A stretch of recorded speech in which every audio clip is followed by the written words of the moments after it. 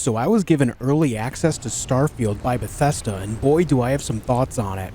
After playing for over 80 hours, I feel like I've barely scratched the surface while still experiencing so much. A quick note before we get into it, I play on PC with keyboard and mouse, so my perspective will be strictly from that side of things. I cannot speak on the Xbox side of things as I've not played nor seen it at all. Let me preface this with the fact that I'm not a professional reviewer. I'm first and foremost a gamer, so I look at everything from that perspective. In this video, I'll be giving my thoughts on the things I experienced in the time I've spent in-game, and whether or not I personally enjoy it. I won't give it so much of a review score, but more of whether or not I'd recommend this game and how highly. Let's start with an easy one, graphics. I'm not the type of gamer that worries so much about graphics because I truly believe it's only an added bonus, a cherry on top if you will. I feel too many people put too much weight into graphics for whether a game is good or not. That said, Starfield has great graphics. The details found in everything I could look at made my eyes feel happy, and I can't think of a single thing that stuck out to me as bad graphical design with just one exception. Sometimes upon jumping and boosting high off the ground on some planets and moons would create a bit of a pop-in issue, and it does also highlight the limited range around the character in which the game will render in resources, fauna, and flora. I don't consider this to be a big issue though, as I can imagine that would have a massive impact on performance and is for the best. Outside of that, I enjoy the look of Starfield very much. Performance on Starfield on PC seems to be really solid, but I am playing on a high-end PC. I have an NVIDIA GeForce RTX 4080, Intel i9 13900K, and 64GB of RAM, so the large majority of games just run fine for me. I did put the graphics settings to the max in every category, and I can say that there were very few instances where the frames per second dropped below 60. This is where I feel bad for the Xbox side of things, knowing that it's locked to 30 FPS there. I truly believe we shouldn't have any games below 60 FPS in 2023, but it is what it is, right? I also was able to get the performance to stay above 120 FPS by dropping quality settings down, but I'm not that picky. As long as a game can hold over 60 FPS, then I'm pleased. Plus, on the lowest settings, it looks rather potato, for lack of a better way to explain it. The increase of frames versus the quality of the graphics isn't significant enough to consider dropping anything substantially. The audio side of Starfield is something that I can say I thoroughly enjoy. The music always seems to fit every situation I found myself in, and the sounds of firing weapons both in hand and from ships is very satisfying as well. They even seem to get down the idea that sound travels slower than light. Listen to this.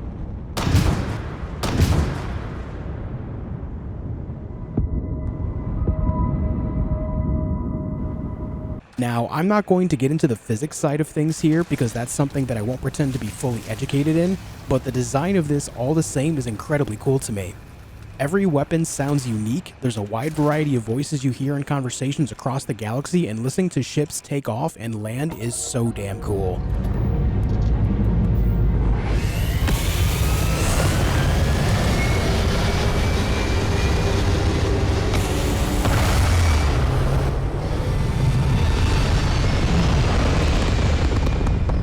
You feel like you're in a huge galaxy just by audio alone. My only complaint is that some of the mixing is a bit off, as sometimes the music got a bit too loud and I couldn't hear voices so well. That's easily fixable by changing the sliders in the audio settings. Combat in Starfield feels very Bethesda. What I mean by this is that if you've played Fallout or Elder Scrolls, then you'll feel right at home here.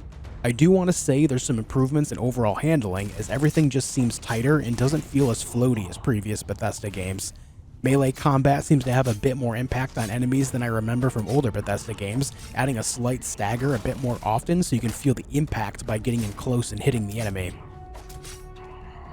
One thing I've never enjoyed in video games is bullets coming out of fully automatic weaponry at random, and this game does feature that. While it is something I'm not big on, this isn't a PvP experience, so skill gap doesn't need to be measured here. I prefer shotguns and semi-automatic weaponry in this game anyway, and weapon modifications help a lot with accuracy for all types of weapons. The ship combat is pretty great. There's a lot of variety in how you can build ships, but I'll get into that more soon.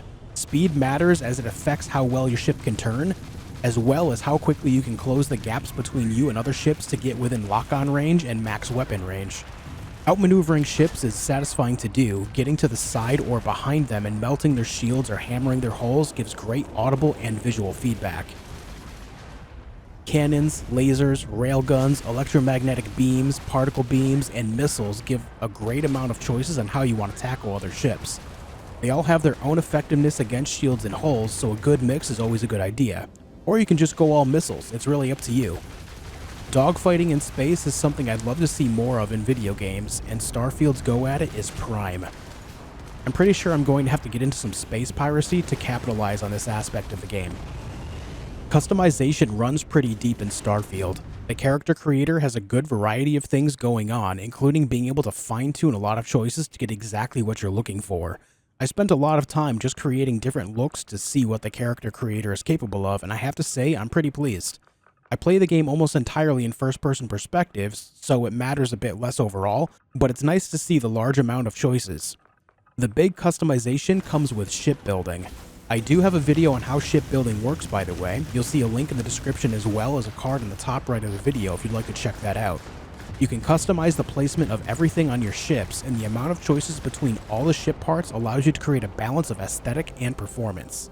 To top that off, you can also customize the paint job of your ships, which makes your builds even more unique. You can make a clown ship or create a battlecruiser of sorts. The choices are wide and truly yours to make. One of my favorite aspects in any video game is exploration. I judge games pretty intensely based on how much exploration is there and whether it feels rewarding or not. While it may seem obvious that Starfield should have a lot of exploration, I'll admit I went in pretty skeptical because truly, how much can there really be without hitting some type of wall? I remember thinking many years ago when I first played Mass Effect that more games should do planetary exploration like BioWare made, and I have to be honest, Starfield is the closest to Mass Effect style planetary exploration I've seen in a video game since. Not only that, but there's actually more going on most planets and moons than what Mass Effect offered back then. To further that, you also have surveying, which allows you to track animals, plants, and geological resources that you can use for upgrades of all kinds that you need to research. Bringing up your laser cutter to farm these resources gives me major No Man's Sky vibes. Combine that with Mass Effect-like exploration of planets and all the other geological sites and man-made structures is extremely pleasing to me. From small settlements to abandoned drilling rigs to old weapon factories, there's always something to explore and there's always potentially powerful loot and equipment to find. In fact, all the items I actively used for most of my playtime in Starfield were from exploring all the aforementioned sites. My character was constantly evolving and becoming stronger because of all the things I was finding, and any items that I ended up moving on from always sold pretty well whenever I found a store or trader. Exploration doesn't get much more rewarding than that. The downside here is that I did find a few things repeated, like some of the Eclipse and Spacer faction bases for example. I didn't find it too bothersome myself, but I imagine it will be seen as a complaint for many as their expectations may have exceeded what's realistic. I know there's a lot of conversation on social media about how the planets and moons are broken up into zones and that you can hit a wall if you continue too far in one direction, but I'll be honest with you on this. After 80 hours of gameplay and so much of that being exploration, I never hit a wall unless I went searching for it. There was also always things to actively go explore, and if there wasn't, then it was because it was a barren moon. There's often man-made structures to explore even on barren moons too though, so they can still be worth landing on. You can also see other ships landing within these zones and go check them out. Sometimes you'll be pleasantly rewarded with the capability of commandeering a new to you ship. Even if you do hit a wall, you can simply fast travel back to your ship and land in a new spot on the same planet or moon, and you'll have a whole new area to explore. On planets and moons with an atmosphere specifically, you'll also be able to see different biomes. From deserts to forests to plains to lush jungles, you're going to want to land in new zones to see all of this. Don't let the social media discord spoil the exploration aspect of Starfield for you. Coming from an exploration enthusiast, it's incredibly well done, and I applaud it. I know I've already mentioned how much I've played Starfield, but I want to cover one more aspect based on the amount of time spent playing. With 80 hours played, only a mere 5 hours of that was dedicated to the main story. I spent the majority of my time exploring, and I also spent a good amount of time customizing ships and characters. The rest of the time I played was spent checking out a few factions within the game. I took part in corporate espionage, as well as I became part of a group of Western-themed space rangers. There was even a time when I joined a gang. These factions remind me very much so of factions in previous Bethesda games like the Thieves Guild and the Brotherhood of Steel. You're tasked to do some work for these factions that tell a story of their small part of the galaxy, and you end up doing some pretty cool things. I won't spoil anything here, I just want to say that the faction missions are definitely worth pursuing. Keep in mind as well that despite these being not main story missions, they're also not side missions. Side missions and tasks are a completely separate thing on their own.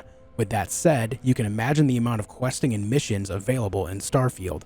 You end up finding things to do by looking at mission boards and cities and settlements out there in the stars, and even from eavesdropping on conversations. Considering how much of this game I didn't get to yet and how many missions I found, I can only imagine how many things I haven't seen or done. This game is massive, and I expect 100% playthroughs to take several hundred hours, if not more. Bethesda games certainly have a certain charm to them, and that charm often includes their classic bugs, glitches, and jank.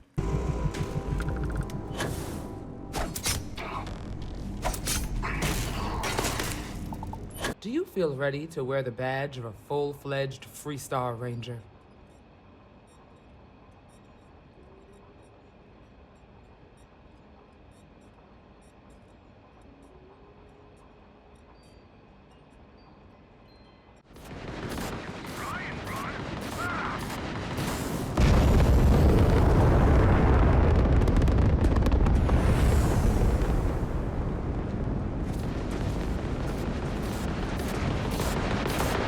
I went into Starfield expecting to see a lot of this and other strange things, and I certainly did see a bit. However, despite seeing what I did, I have to say that I think this is the least buggy Bethesda launch that I've ever experienced. As someone that's played almost all Fallout and Elder Scrolls games on launch, I've never seen such a smooth launch from Bethesda. As I mentioned earlier, performance of the game is really solid. To add to that, I experienced 0 crashes in all of my playtime, and I just showed you all the weird stuff that I experienced. I'm serious when I say that the things I just showed you are the only bugs and glitches that I encountered, period. Considering the massive size of Starfield, and not only file size but also just how large the game is to explore, I'm pleasantly surprised at this. Now, everyone's mileage may vary of course, but I'm still pleased considering Bethesda's history. Overall, I think Starfield is an absolutely incredible game. This is a game that you can really sink your teeth into, and you can feel the love of the craft that went into every aspect of designing it. I highly recommend Starfield. This is a game I think everyone should try as soon as possible. There's so many stories to be a part of, so many planets to explore, and so many conversations to be a part. In Bethesda fashion, this is a game that will be truly playable for many years to come. Thank you for watching this video on my thoughts on Starfield. If you're looking for more Starfield content, check out the videos you see on screen now, or if you're looking for more video game content, go take a look at my channel. See you later, and be excellent to each other.